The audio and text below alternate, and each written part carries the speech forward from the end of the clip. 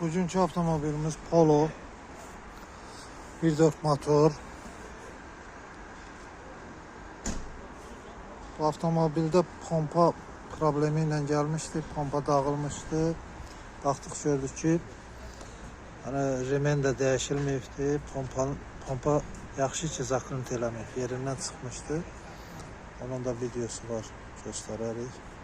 Remen dəyişildi, pompa dəyişildi. Təhvil vermək istəyirdik. Bu tərəfə açdıq ki, burada da antifriz buraxıb müştərinin. Bir də bu arxa tərəfdə bu linya, abratkanın orada bir detal var, o buraxıb. İndi bunun açıb dəyişirik. Kollektoru çıxartdıq.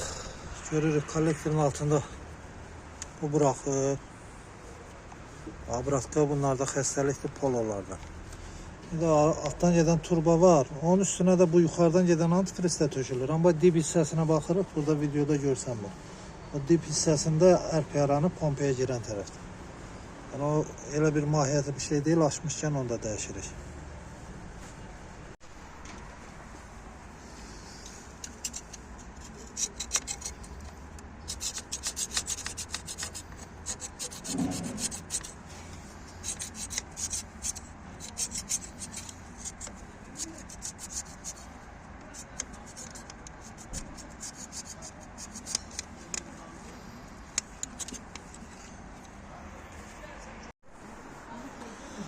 Termostatı çıxartdıq. Termostatın arxasındakı turbadır.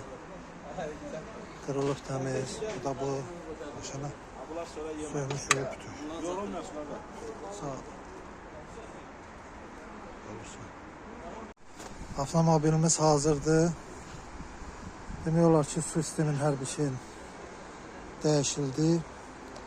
Bir dənə sonradan bildik ki, pet sistemində problem varmış. Sahibi də dedi, bəli, keçən il gödüzdürmüşəm, effekt verməyib. Bizdən bir həftə dedi sürülsün, avtomobil su ilə sürülsün, bir həftədən sonra gəlsin. Peçin yox, antifrizə çevirək. Polo. Avtomobilin peçin yuduq. Bir həftəni gözləmədik, yuduq.